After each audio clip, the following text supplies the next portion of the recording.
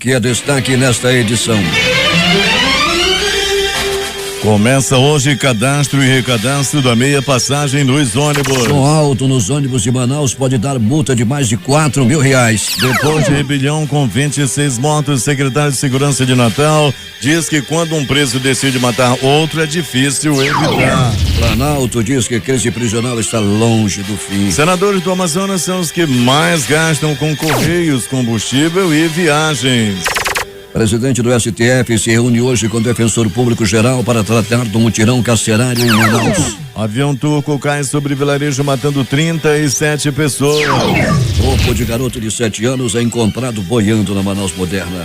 Rapaz de 23 anos morre após choque de motocicleta contra um muro. Em acerto de contas, homem é morto com 2 tiros na colônia Oliveira Machado. No Mozinho, o corpo de homem é jogado em barranco. Ele estava amordaçado, mãos e pés amarrados e embrulhado num lençol. Agora, no Jornal da Manhã. 5h47. Previsão do tempo. O clima-tempo diz que é de 60% a probabilidade de chover 18 milímetros e que a temperatura máxima será de 31 graus. 25 graus no momento aqui no sítio histórico da cidade, com 80% de umidade no ar. Os ventos estão calmos, com 6 km/h de velocidade. Segunda-feira, 16 de janeiro, é o 16º dia do ano no calendário gregoriano. Faltam 349 para acabar o ano. 350 em anos bissextos. É dia de São Marcelo. Registros da história. Fatos acontecidos nesta data. 27 a.C. O Senado romano vota a atribuição do cognome Augustus a Otávio. A partir de então, este ficará conhecido como César Augusto. A data convenciona o início do Império Romano. 1906, a expedição liderada por Sir Ernest Harry Shackleton marca o Polo Sul magnético. 1960, o Papa João XXIII erige canonicamente a Diocese de Brasília. 1969, golpe militar de 1964, divulgada a nova lista de 43 caçados, com 35 deputados, entre eles Mário Covas, 2 senadores e do ministro do STF, Peri Consan Bevilacqua. 1988, a rainha do rock, Tina Turner, entra para o livro dos recordes pelo maior público pagante de uma cantora solo na história da música. O show aconteceu no Rio de Janeiro, no estádio do Maracanã. 1605, publicação em Madrid da primeira edição de Dom Quixote de Miguel de Cervantes. 5h49 em Manaus. Sejam todos bem-vindos ao Jornal da Manhã. Bom dia, Eduardo. Bom dia, Paulo. As pessoas que forem flagradas utilizando aparelhos sonoros no interior dos ônibus do sistema de transporte público de Manaus poderão ser multadas em 50 unidades fiscais do município UFMs, que a partir desse mês passou a valer R$ 99,84, que significa multa de até R$ 4.992. A lei permite os aparelhos, mas com o uso de fones de ouvido. Não insista em impor sua música às pessoas que estão no seu entorno. Eu converso com o repórter Alberto Peregrini, que está nas ruas da cidade. Peregrini, falando em transporte coletivo e multa para quem fizer barulho, eu pergunto a você, como é que está o transporte coletivo na cidade nesse início de segunda-feira? Bom dia Paulo Guerra, Eduardo Silva, Carlos Luiz, ouvintes do Jornal da Manhã. Tranquilo, Paulo, tranquilidade, toma conta do sistema nesse momento. Por ocasião em que estivemos no Instituto Médico Legal, Paulo, nós passamos dos 2 terminais que ficam bem próximos ao IML. O Terminal 3, que é o terminal da Cidade Nova, e o Terminal 4, que fica na Avenida Camapuã. O Terminal 3 tem uma movimentação tranquila, Paulo, o Terminal 4 também.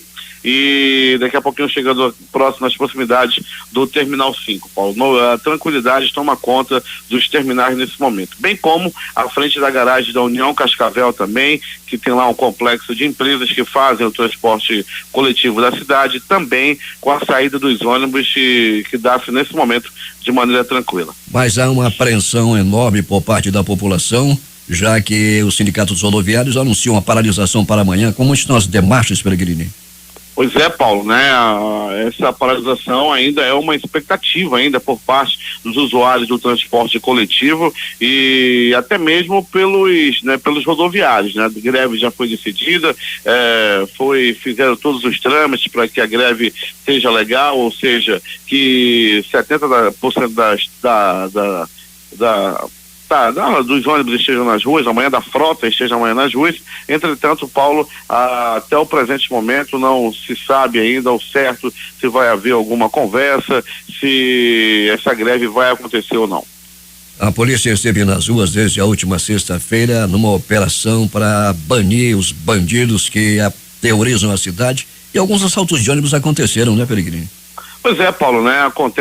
Aconteceram, muitos foram evitados. A grande verdade é que caiu o número de assaltos tanto no ônibus coletivo, Paulo, quanto do transporte especial. O transporte especial, por exemplo, a grande novidade, Paulo, baixa dos números de assaltos a ônibus, mas continua acontecendo. Depois de alguns líderes de quadrilhas presos aí por policiais da 4ª SECOM, pelo pessoal também da Polícia Civil, doutor Adriano Félix também esteve aí nas ruas, Paulo, para coibir essa prática de assaltos. Houve uma diminuição, mas a prática ainda continua.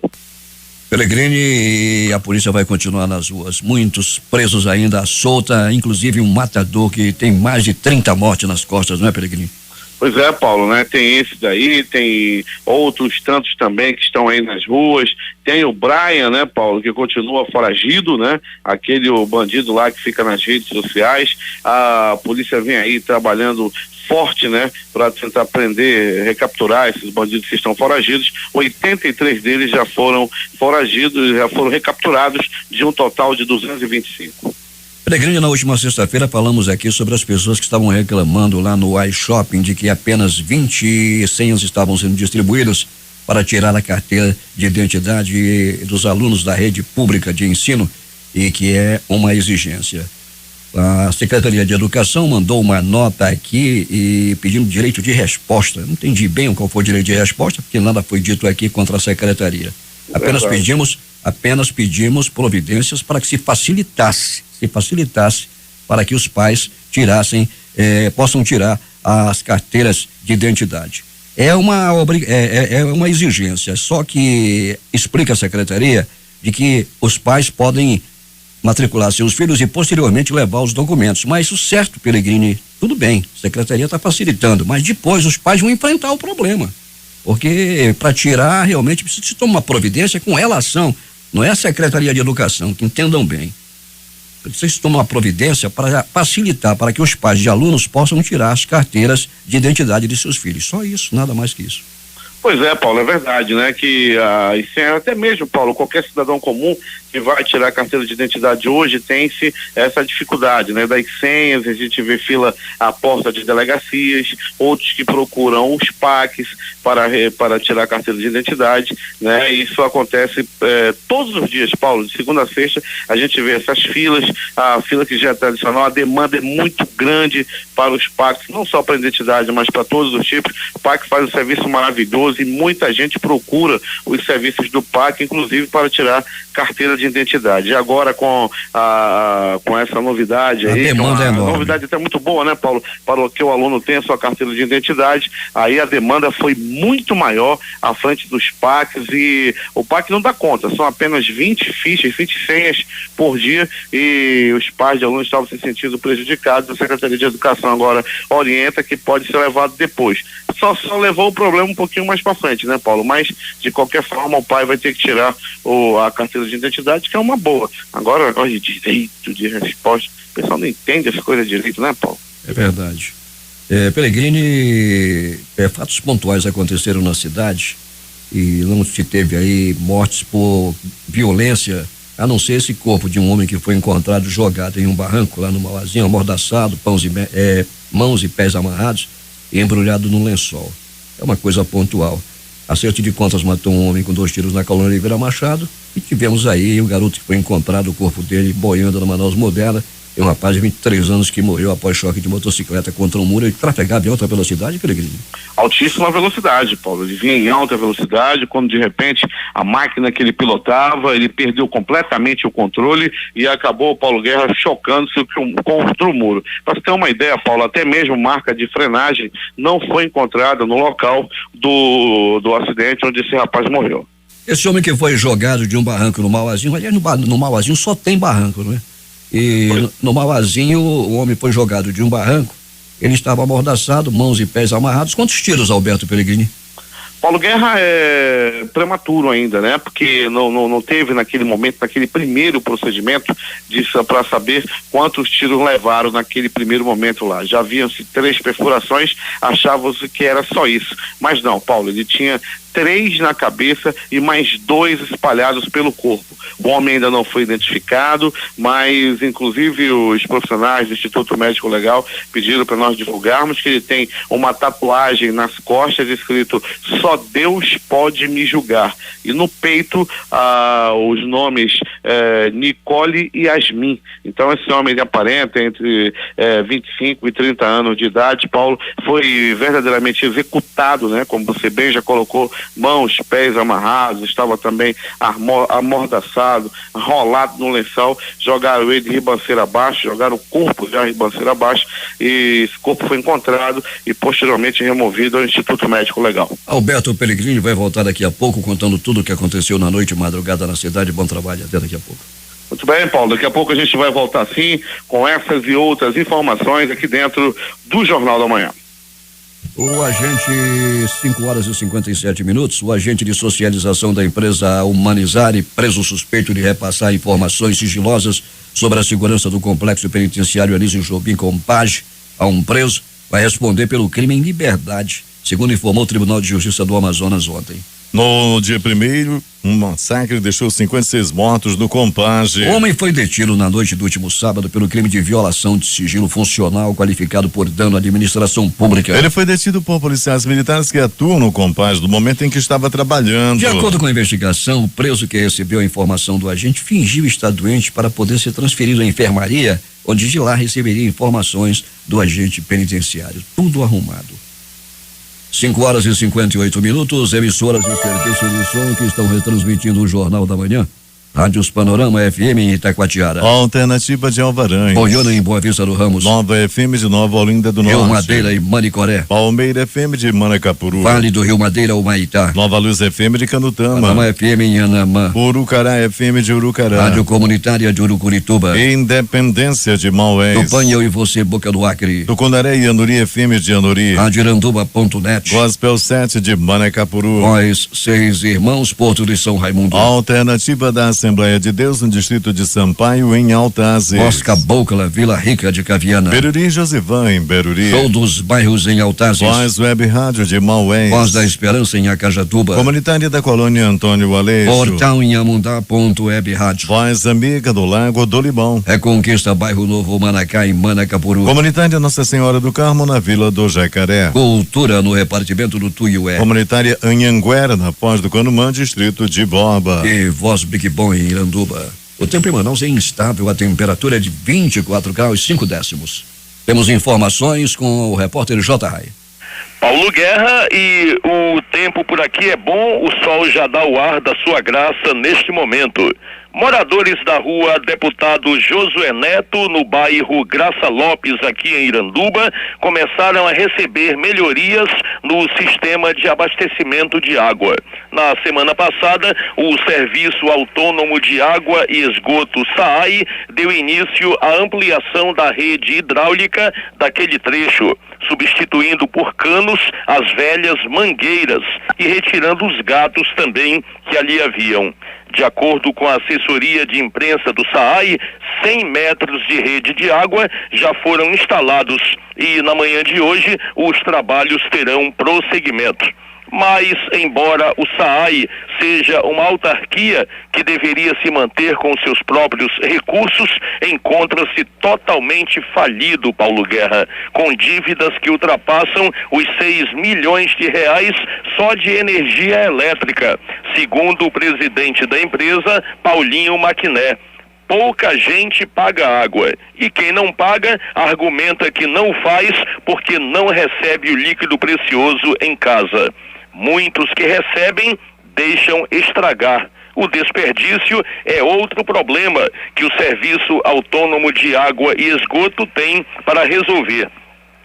Sem dinheiro para os investimentos necessários, o SAAI precisou recorrer à parceria da Prefeitura, que vai ser de extrema importância para atender às demandas do público usuário de todo o município. J. Rai, para o Jornal da Manhã. 6h05 em Manaus. Informações agora de Manacapuru, José Alberto Zegdeg. Muito bem, Paulo Guerra. A irresponsabilidade de alguns motoristas continua sendo a maior causa de grandes acidentes nas estradas. Nem em lugares onde é terminantemente proibido o tráfego de carros pesados, eles respeitam e desafiam a lei da gravidade. No último sábado, dia 14, um desses motoristas, o qual classificamos de irresponsável, foi muito mais além. Ele tentou atravessar um caminhão carregado com 10 milheiros de tijolos por cima de uma ponte de madeira totalmente desproporcional ao peso.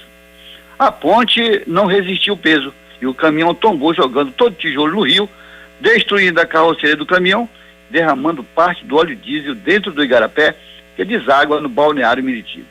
Isso sem falar que nesse local passam os dutos do gasoduto Coré-Manaus, onde, além das estacas de concreto com a marca da Petrobras, existem placas de sinalização informando a proibição de tráfego de veículos pesados no local. E por menor que fosse a experiência do motorista, notaria que a ponte de madeira não suportaria o peso de uma carga tão pesada. Bem, Paulo, a ponte de madeira fica localizada no quilômetro 4 da estrada de Novo Airão, num terreno particular de propriedade do senhor Carlos Gomes, no balneário da Vevelha, que dá acesso à comunidade Água Branca, onde residem centenas de pessoas. Segundo o proprietário, liberou a passagem, mas colocou algumas imposições, algumas regras, as quais com o tempo foram desobedecidas. O proprietário então fechou a passagem, mas os moradores da comunidade entraram com um pedido junto à justiça e o juiz concedeu uma liminar real. Desde então a passagem foi liberada e, como disse o proprietário, tudo o que presta e o que não presta entra e sai da comunidade a todo momento. O episódio do caminhão caiu nas redes sociais e dividiu opiniões. Alguns defendem o motorista que tem que levar comida para os filhos. Culpam o poder público por não fazer uma ponte segura e culpam até o proprietário do terreno por criar confusão com a comunidade. A Transpetro, empresa responsável pelo gasoduto, esteve no local e mais uma vez proibiu a passagem de veículos de cargas pesadas e agora quer fechar a passagem de vez. Por fim, a ponte caiu, o motorista fugiu e a comunidade terá que se submeter a outros caminhos até a resolução do problema. Lembrando que todo acidente é sempre motivado pela imprudência. Para o Jornal da Manhã, Zegdeg. 6h07 em Manaus. A Secretaria de Estado do Meio Ambiente lançará nas próximas semanas uma campanha para alertar a população sobre a importância de proteção aos periquitos de asa branca, que pernoitam em árvores do canteiro central da Avenida Efigênio Salles. O intuito é evitar a morte das aves que são protegidas pela Lei Federal número 5.197, de 3 de janeiro de 1967. A iniciativa contará com a parceria de órgãos municipais e estaduais de fiscalização ambiental, trânsito e transporte, além de empresas da iniciativa privada. O planejamento da ação está em curso e os detalhes serão divulgados nas próximas semanas. A abertura oficial da temporada do futebol ocorre no dia 28 de janeiro com a primeira rodada da Série B do Campeonato Amazonense. Antes disso, 2 estádios de Manaus, Ismael Benigno, a Colina e o Carlos Emite, no Coroado, recebem os últimos ajustes em seus gramados. A Arena da Amazônia, estádio da Copa do Mundo, também passou por esse processo de reparo, mas a manutenção do local está na fase final. De acordo com o gestor dos estádios amazonenses, Tiago Durante, a manutenção é rotineira e costuma ocorrer em todos os períodos de pré-temporada. Nesse mês, o Centro de Arte e Centro Municipal de Arte e Educação Aníbal Bessa vai abrir período de rematrícula para alunos antigos e matrícula para novatos em cursos livres gratuitos nas áreas de música, dança e artes visuais para 2007. Serão oferecidas 300 vagas para novos estudantes. O período de rematrícula começa nesta segunda-feira e segue até o dia 18 e o de matrícula de 20 a 27 deste mês. A Universidade do Estado do Amazonas, a UEA, divulga o edital de matrícula e segunda chamada para recepção de documentos referente ao vestibular e Sistema de Ingresso Seriado 2016, acesso 2017, primeira etapa. A recepção de documentos ocorrerá a partir desta segunda-feira e segue até o dia 18. A matrícula da primeira etapa será somente para os cursos que terão início das aulas no primeiro semestre de 2017. A concessão de benefícios do Instituto Nacional do Seguro Social, INSS, caiu 12,99% no Amazonas nos últimos 3 anos. Os dados estão no Anuário Estatístico da Previdência Social 2015. O anuário também mostrou que o INSS encerrou dezembro de 2015 pagando 296,18 mil benefícios. No acumulado do ano foram pagos 3,34 bilhões de reais aos segurados. Em 2015, 49,28 mil benefícios foram concedidos no Amazonas. Contribuintes do Imposto Predial e Territorial Urbano, IPTU, e da taxa de verificação de funcionamento regular, o Alvará, em Manaus, já podem consultar ou imprimir suas guias de pagamento referentes ao exercício de 2017 via internet. O acesso pode ser feito por meio do portal CEMEF Atende. Além de disponíveis para a internet, contribuintes também receberão suas guias de pagamento via correios. As guias do Alvará devem ser postadas na próxima semana. Já o carnê do IPTU deverá ser postado no início do próximo mês. O Alvará vence no dia 6 de fevereiro e o IPTU no dia 15 de março. As mesmas datas valem para a primeira parcela de ambos. Agora 6h10 em Manaus, o governador José Melo visitou no fim de semana áreas de igarapés atingidas pelas últimas chuvas na cidade. Nestes locais, o Estado já está atuando com obras emergenciais para a desobstrução do leito dos igarapés que transbordaram por causa da grande quantidade de areia e lixo, para a contenção de desbarrancamento e a reconstrução de ponte de madeira usada pela população. Uma das áreas visitadas pelo chefe do executivo foi a região do Igarapé do 40, entre as avenidas General Rodrigo Otávio e Silves, onde há um braço do Programa Social e Ambiental dos Igarapés de Manaus, o Porosamim, inaugurado há cerca de 2 anos por José Melo. No local, o acúmulo de lixo jogado pela população e que não recebeu o tratamento devido do poder público municipal reduziu a vazão da água da chuva, provocando alagamentos na região. No Igarapé do 40, próximo ao Estúdio 5, depois de 2 anos de obra pronta, tem local que tem 1,5 metro de entulho, areia, geladeira velha, pneus, entre outros materiais. Por conta disso, assoreou. A chuva, mais de 100 milímetros, encontrou o lixaral dentro do Igarapé, que transbordou, observou o governador. Outro braço do Igarapé do 40, assoreado, é o Igarapé das Nações, também passa pelo mesmo processo de desobstrução e limpeza. O governador também anunciou ordem de serviço para mais uma etapa do Prosamin naquela região. É o trecho que falta entre a ponte da Silves e a rua Maués. Segundo José Melo, o governo já está com recurso em caixa para fazer a desapropriação dos imóveis no trecho de 900 metros que falta. Eu estive lá com a equipe técnica e já dei ordem de serviço para iniciar a obra, que vai durar 1 ano e 6 meses para interligar o trecho que vem desde a Manaus Moderna até a Maués com o viaduto da Rodrigo Otávio, e que vai permitir sair do Distrito Industrial até a Avenida Manaus Moderna sem interrupções, além de sanear o Igarapé, disse o governador. No bairro da Cachoeirinha, outra área do Prosamin, atrás do residencial construído pelo programa, está sendo feito um trabalho preventivo para conter o desbarrancamento provocado pelo desvio do leito do Igarapé. Vamos fazer o desassoreamento porque o Igarapé não está no seu curso normal. Por causa do assoreamento, ele fez uma curva e essa curva fez o desbarrancamento. Vamos retificar o canal do Igarapé para que possa escoar da maneira natural e fazer a recomposição do talude para evitar que o desbarrancamento atinja a quadra bairro, explicou o secretário estadual de Infraestrutura, Américo Goraieb. O governador José Melo visitou também as obras do Porosamim na Bacia do São Raimundo, onde também será dado início às desapropriações para a continuidade dos trabalhos. Já entregamos uma parte, agora vamos iniciar a retirada das famílias que estão na outra margem do Igarapé. Até dezembro, vamos inaugurar a outra parte que vai da Luiz Antoni até a Avenida Caco Caminha, passando pelo Bariri e toda aquela região. O governador também anunciou que este ano dará continuidade ao projeto do Prosamin da Cachoeira Grande no bairro de São Jorge. É uma obra feita por meio de um empréstimo na Caixa Econômica Federal. Estamos fazendo ajustes no projeto e em julho eu entro lá com toda a força na obra da Cachoeira Grande. Vamos agora até a Caco Caminha e depois vamos fazer o trecho até a ponte do São Jorge. A partir desta segunda-feira inicia a temporada de cadastro e recadastro da meia passagem estudantil deste ano em Manaus. Semelhantemente ao que aconteceu no ano passado, ambos os procedimentos serão realizados pela internet por meio do site oficial do recadastramento. O prazo vai até o dia 28 de fevereiro. Os estudantes que já são cadastrados devem entrar no sistema e atualizarem seus dados escolares, e aqueles que vão realizar o primeiro cadastro devem estar atentos a alguns pontos. O cadastro será realizado apenas no site. Não haverá cadastro de meia passagem em postos do Sinetran. Polícia.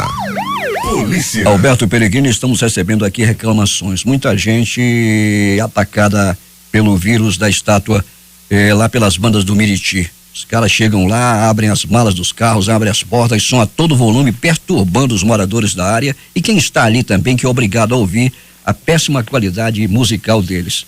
E um verdadeiro assinte. A juíza parece que já determinou que fossem apreendidos esses carros lá em Manacapuru e uma providência precisa ser tomada. E principalmente nos finais de semana lá no Meriti. Ninguém aguenta mais. Os caras acham que estão acontecendo e se acham com os carros com som a todo volume pelas ruas, também aqui de Manaus. São muito bonitos eles. Peregrine, conte o que aconteceu aí durante a noite e madrugada. É comigo, Paulo Guerra. Vamos lá, meu ouvintes do Jornal da Manhã. Eu acho que aquele problema de ter sido passado para trás para a mulher, eu acho que deve ter afetado o ouvido dessas pessoas. Todo mundo que já pegou uma galhada gosta de ter som alto no carro. Então vamos lá, Paulo Guerra e ouvintes do Jornal da Manhã. Pronto socorro 28 de agosto. Um plantão considerado dos mais tranquilos durante toda a noite e madrugada. Entretanto, Paulo Guerra, uma pessoa deu entrada vítima de agressão física. Ele levou murros, chutes, socos, pontapés e alguns bofetes. Ele se envolveu numa briga com 2 homens. Não se sabe ainda o motivo que levou a essa briga. Sabe-se apenas que ele apanhou e o golpe de misericórdia foi uma tamburetada na cabeça. Eles estavam sentados em tamburetes, comendo mamão e tomando cachaça, quando houve o desentendimento e um deles acabou dando uma tamburetada no seu oponente. Pronto socorro João Lúcio, o gigante da zona leste da cidade. Plantão também considerado tranquilo durante toda a noite e madrugada. Um homem deu entrada vítima de agressão física, também Paulo Guerra, devido à bebedeira. No bairro Zumbi dos Palmares, eles tomavam cachaça e tiravam gosto com abacate verde. Os 2 tomavam e comiam abacate, tomavam e comiam abacate. Quando de repente Paulo Guerra houve um desentendimento e um deles, armado com um pedaço de pau, sentou-lhe a paulada no pé do ouvido do outro cachaceiro, que deu entrada por volta de 13h30. Era tarde de ontem no pronto-socorro João Lúcio. Também no João Lúcio, vítima de acidente de trânsito, uma queda de moto. Um homem pilotando uma moto velha. A moto tinha um tanque amarelo, o resto da moto era azul e tinha também o guidão vermelho. Moto toda remendada. Ele se achava em alta velocidade, acabou batendo a moto e deu de cabeça numa árvore. Ele deu entrada no pronto-socorro e não corre risco de morte. O motoqueiro desajeitado, todo remendado, ele usava uma sandália havaiana com a tira azul, do outro lado uma tira vermelha, e embaixo da havaiana, Paulo Guerra, a situação também não era das melhores. Entretanto, Paulo, ele deu entrada, foi muito bem atendido no João Lúcio e não corre também risco de morte. Aliás, tanto no pronto-socorro João Lúcio quanto no pronto-socorro 28 de agosto, houve aumento de 30% no número de atendimentos em relação àqueles casos de gripe, febre, resfriado, que o pessoal chama de virose. Um aumento significativo de 30% nesse tipo de atendimento. Muita gente aí dando entrada com febre, dor de cabeça e outras mazelas. Pronto socorro! Pronto socorro Platão Araújo! Movimentação tranquila também durante toda a noite e madrugada. Um homem deu entrada, vítima de queda de moto. Ele caiu na Avenida Camapuã, nas proximidades do Terminal 4. Eram 22h03 quando ele caiu da moto. As informações dão conta de que ele foi fechado por um outro veículo e acabou perdendo o controle da moto e saiu arrastando, moto saíram se arrastando no asfalto. Ele foi levado ao pronto-socorro Platão Araújo por uma ambulância do SAMU, por onde passou por todos os procedimentos aí de exames, de atendimento, e já foi constatado que ele não corre risco de morte. Entretanto, está internado, todo descapelado, ralado, lá no pronto-socorro Platão Araújo. De polícia, Paulo Guerra e ouvintes do Jornal da Manhã, a Polícia Militar, a Polícia Civil, é a Secretaria de Segurança nas ruas da cidade, e com isso, Paulo Guerra, tá aí, a diminuição na criminalidade, a diminuição nos atendimentos nos prontos-socorros, a diminuição também na pedra do IML, mas isso é assunto para daqui a pouco. Enquanto isso, nós vamos dizendo, Paulo Guerra, que um carro foi recuperado pela Polícia Militar, um carro táxi modelo Meriva foi recapturado por policiais da 4ª SICOM. O veículo havia sido tomado de assalto na Avenida Grande Circular por 3 elementos. Eles foram presos e o carro recuperado por policiais da 4ª SICOM, ao comando do Sargento Moraes, do Cabo Stone e Soldado Luiz Leal, viatura 6049 da 4ª SICOM, que é comandada pelo capitão Marcelo Cruz. Mais um grande trabalho aí dos policiais da 4ª SICOM. Paulo Guerra e ouvintes do Jornal da Manhã, carros também foram recuperados, bandidos presos durante a noite e madrugada no final de semana, um aumento de mais de 150 policiais que estavam aí, Paulo Guerra, no setor administrativo. Por determinação da Secretaria de Segurança, esses policiais foram colocados nas ruas a fim de trazer mais tranquilidade à população. Foram 150 policiais a mais nas ruas, esses que estavam trabalhando na administração, também agora nas ruas da cidade, por determinação do governador José Melo e a Secretaria de Segurança, aí diminuindo e muito o índice de criminalidade na cidade. Um carro foi recuperado, veículo recuperado, na realidade uma moto Honda foi recuperada por policiais da 6ª SICOM, na Avenida Noel Núteus, na Cidade Nova. Um veículo também recuperado, um carro Gol de cor vermelha, foi recuperado ontem por volta de 17h21. Esse carro havia sido roubado e os policiais da 27ª SICOM já recuperaram o veículo e entregaram ao respectivo dono. Posse de droga, posse de entorpecente. Um menor foi preso por policiais da 15ª SICOM. Ele foi detido. Ave Maria, se disser, ele foi preso. Um outro infrator que estava com ele, um rapaz também de 17 anos de idade, estavam os dois aí com maconha e outros tipos de droga lá na rua Louroingá, no bairro Monte das Oliveiras. Lá era todo mundo sabe onde é que é a rua Topázio, sabe onde é a rua Prata, a rua Ouro. Agora mudaram o nome, agora a rua é Louroingá, lá no bairro Monte das Oliveiras. Mudaram o nome das ruas, agora o cara não sabe mais nem onde mora, lá no bairro Monte das Oliveiras. Agora, as notícias do Instituto Médico Legal. Saiba agora quem foi para a pedra nas últimas 24 horas. Bairro da Paz, 23 horas. Um homem pilotando sua motocicleta em altíssima velocidade. Ele pilotando sua moto perdeu o controle da máquina, Paulo Guerra e ouvintes do Jornal da Manhã. Perdeu o controle da máquina e chocou-se com o muro. Muita gente correu para perto. O que será que aconteceu? O que será que aconteceu com esse homem? E ele foi, quando os populares chegaram, ele já havia sido socorrido e levado ao pronto-socorro. Um homem que estava aí, Paulo Guerra, em altíssima velocidade, acabou perdendo o controle da máquina e chocou-se com o muro.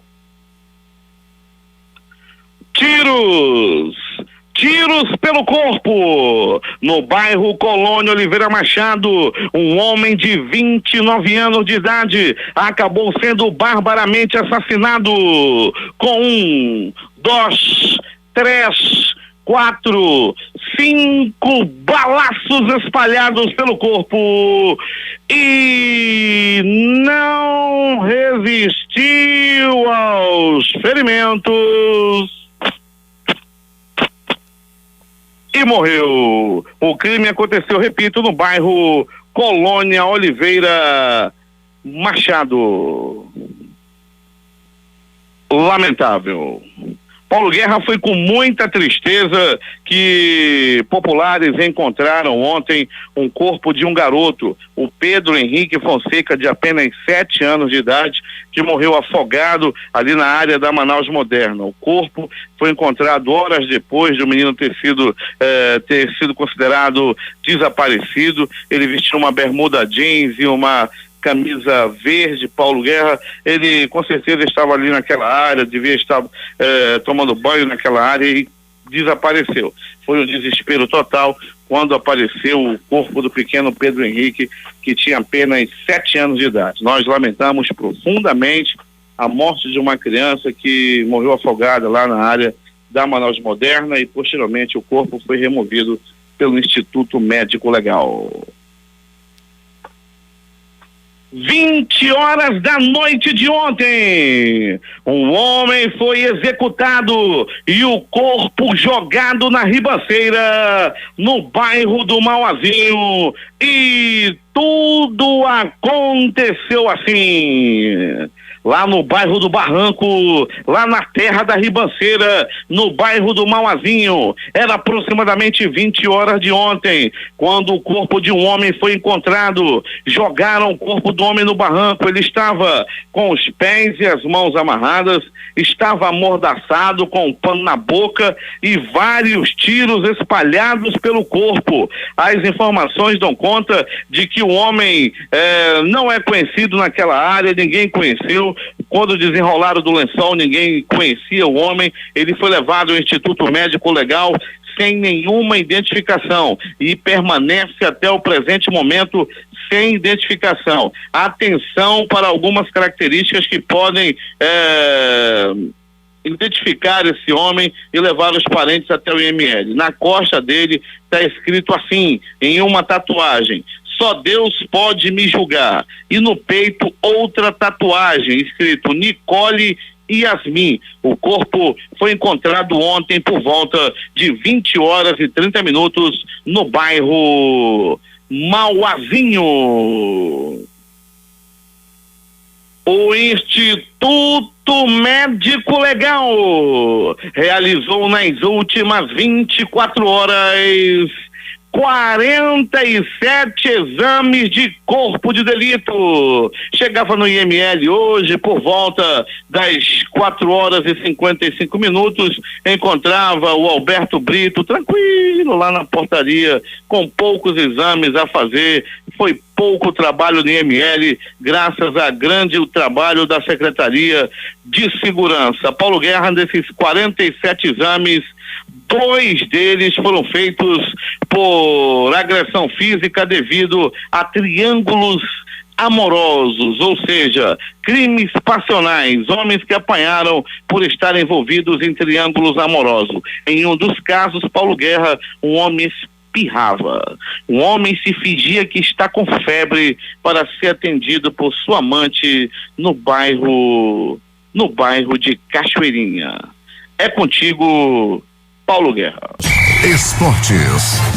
O Olympique de Marselha recebeu a dura missão de encarar o Mônaco no estádio Vélodrome e não suportou a boa fase de Falcão Garcia e companhia. Antes do apito inicial, a torcida francesa aproveitou o momento para expor todo o seu desagrado com o eventual retorno do Marfinense Drogba, que interessa ao Corinthians. Com a bola rolando, os visitantes não se importaram com a pressão da fanática torcida do Olympique de Marselha e golearam por 4-1 no duelo que marcou o fechamento da 20ª rodada do Campeonato Francês. Com os 3 pontos conquistados, o Mônaco retoma a liderança da competição. O Nice, vice-líder, segue colocado com os mesmos 45 pontos, mas perde no critério de desempate. O PSG é o terceiro com 42. O jogo entre o líder do Campeonato Espanhol, Real Madrid, e o Sevilha voltou a colocar frente a frente Sérgio Ramos e a torcida do clube da casa, que lotou Ramon Sanches Pirjuan. Depois da polêmica no último jogo, o zagueiro voltou a balançar as redes, mas dessa vez fazendo contra, e o Sevilha acabou vencendo por 2-1. Em sua primeira partida após ter recebido seu 4º prêmio de melhor jogador do mundo, Cristiano Ronaldo balançou as redes pelo Real, no entanto não foi suficiente para garantir a vitória. O Real vinha de uma longa invencibilidade. Neste domingo, a Praia do Gonzaga em Santos conheceu o primeiro campeão da Libertadores de futebol de areia. O Vasco da Gama ficou com o título após golear a equipe argentina do Rosário Central por 8-1. Apito Amigo ajuda mais uma vez o Flamengo. O Flamengo está classificado para as quartas de final da Copa São Paulo de Futebol Júnior. Em partida disputada ontem à noite no estádio Prefeito José Liberati em Osasco, o time rubro-negro derrotou o Cruzeiro por 2-1. O gol da vitória foi marcado por Vinícius Júnior nos acréscimos em jogada bastante contestada pelos mineiros que reclamaram de impedimento do atacante rubro-negro. Na próxima etapa da competição, o Flamengo vai enfrentar o vencedor do jogo entre Corinthians e Internacional, duelo marcado para esta segunda-feira. No outro jogo, o Avaí deu adeus à competição ao perder para o Juventus de São Paulo por 1-0. Depois da derrota nos pênaltis do primeiro jogo, o Bahia voltou a campo nos Estados Unidos para mais uma partida da Copa Flórida. Jogando contra o Estudiantes, os baianos acabaram derrotados por 1-0 com gol contra do lateral Tinga. A partida marcou a volta do meio-campista Verón ao futebol. O atleta e presidente do Estudiantes havia se aposentado em 2014, mas resolveu voltar a vestir a camisa do time para disputar a Copa Libertadores deste ano. O Vasco derrotou o Barcelona do Equador neste domingo por 2-1 em jogo disputado do Central Broward Stadium e se classificou para a semifinal da Copa Flórida. Agora o time de São Januário vai enfrentar o Corinthians pela semifinal da competição. Os gols foram marcados por Neném e Rodrigo para o Vasco, enquanto Vera descontou para a equipe do Equador. No outro jogo, o River Plate derrotou o Bilionários e vai encarar o São Paulo. Foi a primeira vitória da equipe Cruz Maltina na temporada. 6h37 em Manaus. Últimas notícias. A partir de hoje, o contribuinte poderá atualizar o CPF pela internet. A Receita Federal oferecerá no site do órgão um formulário eletrônico que permite a alteração instantânea de dados como nome, endereço, telefone e título de eleitor. Segundo a Receita, o serviço estará disponível 24 horas por dia e poderá ser usado tanto por brasileiros como por estrangeiros residentes no Brasil, independentemente da idade. O órgão estima que 191 milhões de contribuintes serão beneficiados pela ferramenta. O barril de petróleo Brent para entrega em março abriu hoje em leve alta no mercado de futuros de Londres, cotado a $55,49, variação de 0,07% em relação ao fechamento da última sexta-feira. O secretário de Justiça e Cidadania do Rio Grande do Norte, Valber Virgulino, afirmou ontem à noite ser muito difícil o Estado evitar a morte de detentos em presídios. Motim na penitenciária de Alcaçuz, região metropolitana de Natal, deixou 26 presos mortos neste fim de semana, segundo contagem do governo. A secretaria tomou o cuidado necessário, disse, questionado sobre a responsabilidade do governo sobre a rebelião. O massacre de sábado no Rio Grande do Norte firmou no Planalto a convicção de que a crise prisional está longe do fim e elevou a pressão para que a reunião com os secretários estaduais na terça-feira apresente medidas concretas para enfrentá-las. Antes, Michel Temer e Alexandre de Moraes da Justiça devem bater o martelo sobre novas frentes de atuação. Na quarta, o presidente reúne governadores para tratar do assunto. Ele quer partilhar responsabilidades para tirar a crise de dentro do palácio. Na Antártida está se formando um iceberg gigante, um dos 10 maiores já registrados na história. Iceberg é um imenso bloco de gelo que se desprende de uma geleira e fica flutuando no oceano. A geleira em questão fica no lado oeste da Antártida, a mais ou menos uns 800 quilômetros ao sul da base brasileira Comandante Ferraz. Chamada lá CNC, é como se fosse uma prateleira com 350 metros de profundidade apoiada em águas geladas. Um terremoto de 5,8 graus sacudiu nesta segunda-feira o norte do arquipélago de Vanuatu, no sul do Oceano Pacífico. As autoridades não emitiram alerta de tsunami, nem há relatos de danos ou vítimas até o momento. O presidente da Venezuela, Nicolás Maduro, assinou ontem, durante a apresentação do relatório anual de sua gestão, um novo decreto de emergência econômica para superar a crise vivida pelo país, o primeiro de 2017, mas a sexta extensão do documento desde que a situação foi decretada há um ano. O presidente eleito dos Estados Unidos, Donald Trump, considerou em uma entrevista ao jornal alemão Bild que a OTAN está obsoleta e acusa a chanceler Angela Merkel de ter cometido um erro catastrófico com sua política de refugiados. A entrevista antecipada ontem pelo popular jornal, Trump afirma que para ele a Aliança Atlântica é muito importante, mas lembra que foi projetada há muito tempo e não se ocupou do terrorismo. 3 malaios militantes do Estado Islâmico morreram na Síria em um bombardeio da aviação do governo sírio em Al-Raqqa, principal reduto dos jihadistas no país, informou nesta segunda-feira a imprensa local. O assistente do diretor da Agência de Contra-Terrorismo, Ayob Kamidin Pichai, confirmou a morte dos 3 ativistas, o que eleva para 30 o número de malaios alistados no Estado Islâmico mortos no Médio Oriente, segundo a agência de notícias Bernama.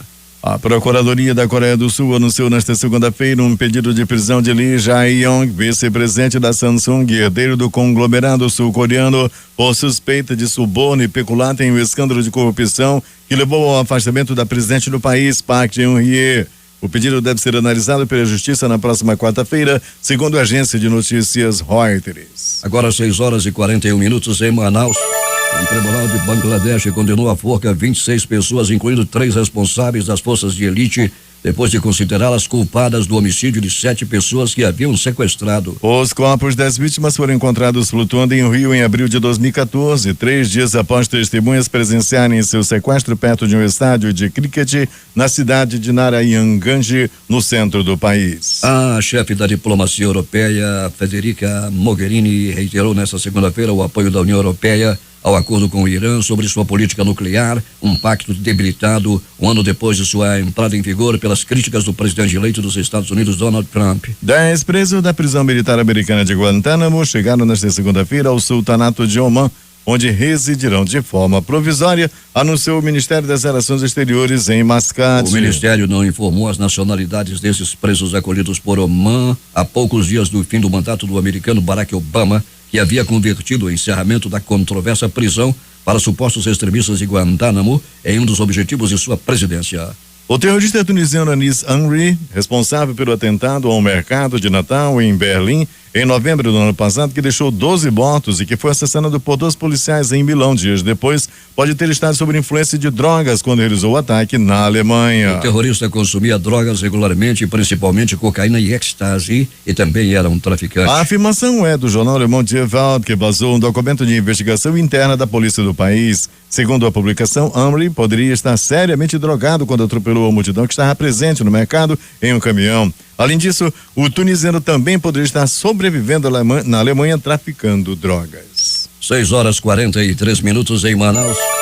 Um avião de carga turco caiu hoje perto do aeroporto de Manas, no Quirguistão, matando ao menos 37 pessoas, a maioria moradores de um vilarejo atingido pelo Boeing 747. A visibilidade era ruim e havia névoa quando o piloto do avião tentou pousar às 7h31, 23h31 de domingo em Brasília, segundo a administração do aeroporto. O avião ia de Hong Kong para Istambul e estava prevista uma escala em Manas, cidade próxima à capital do Quirguistão, Bishkek. Ao menos 37 pessoas morreram e 15 edificações foram danificadas pela queda do avião, segundo o Ministério de Emergências do país. O ministro de Transportes afirmou que havia 5 pessoas a bordo do avião, identificado como um Boeing 747-400 da Turkish Airlines. A companhia aérea, no entanto, afirma que a aeronave pertencia a outra companhia turca, a ACT Airlines.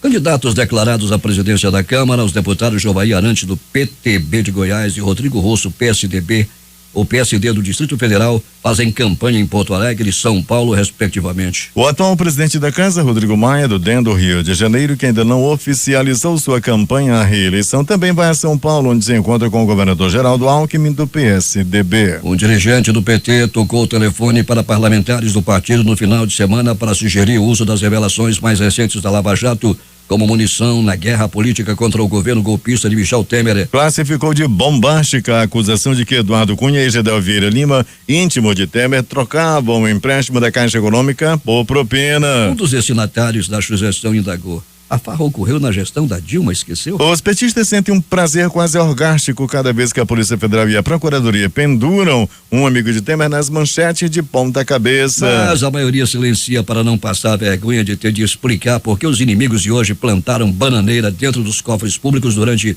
os governos do PT. A Lava Jato tornou a corrupção um fenômeno tão abrangente que a ética virou um valor órfão na política. A presidente do Supremo Tribunal Federal, Carmen Lúcia, se reúne pela manhã com o defensor público-geral, Carlos Eduardo Paz, para tratar do mutirão carcerário aqui no Amazonas. A DPU quer que o STF mande juízes do estado soltarem presos para acabar com a superlotação das penitenciárias locais. O Tribunal Regional Federal da 4ª Região, responsável por julgar os recursos de decisões do juiz Sérgio Moro na Lava Jato, manteve ou endureceu as penas dos réus em 70% dos casos. Até o momento, Moro condenou 83 pessoas. Antes, o TRF4 analisou as apelações referentes a 23 condenados apresentadas por eles ou pelo Ministério Público Federal. Dos 23, 8 tiveram as penas mantidas e outros 8 endurecidas em 70%. Outros 4 condenados acabaram absolvidos pelo tribunal, 17%, enquanto 13% tiveram suas penas diminuídas.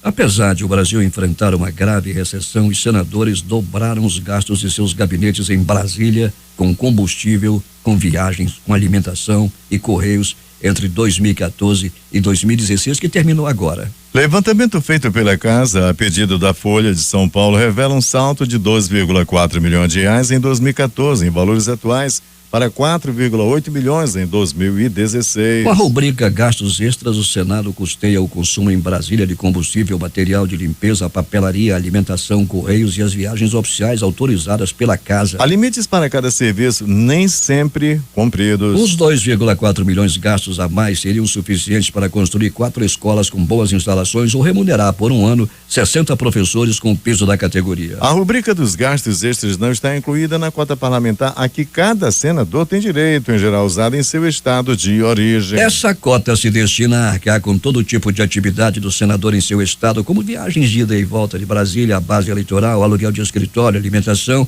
e ainda a segurança privada. No caso dessa verba para os estados, os gabinetes juntos gastaram 24 milhões de reais, cara de 11% sobre 2014.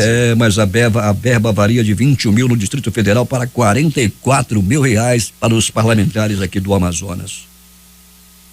Os principais jornais do país estampam hoje em matérias de capa o Globo do Rio de Janeiro. O governo confirma 26 mortos em rebelião no maior presídio do Rio Grande do Norte. A Folha de São Paulo. A aposentadoria de brasileiros equivale a 82,5% do salário e supera outros países. O Estado de São Paulo. Ex-ministro de Dilma relata diálogos com Janot. Você acha que Lula é um santo? Planalto Central, capital da República, Correio Brasiliense. Distrito Federal registra um estupro de vulnerável por dia. O valor econômico. BNDES deixa de financiar obra da OAS na Argentina. Estado de Minas. Idade de 65 anos é inegociável na reforma da Previdência, garante economista. Recife, Jornal do Comércio.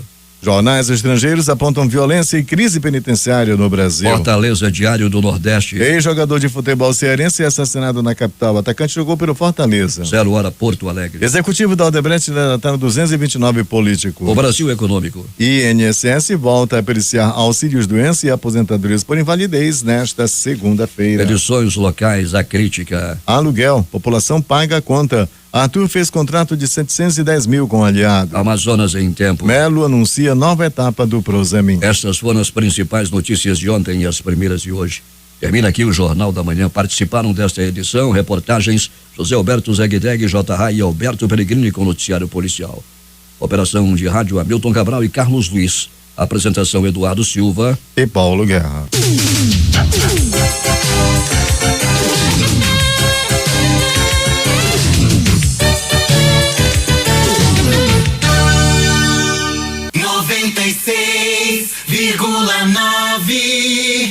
Difusora FM.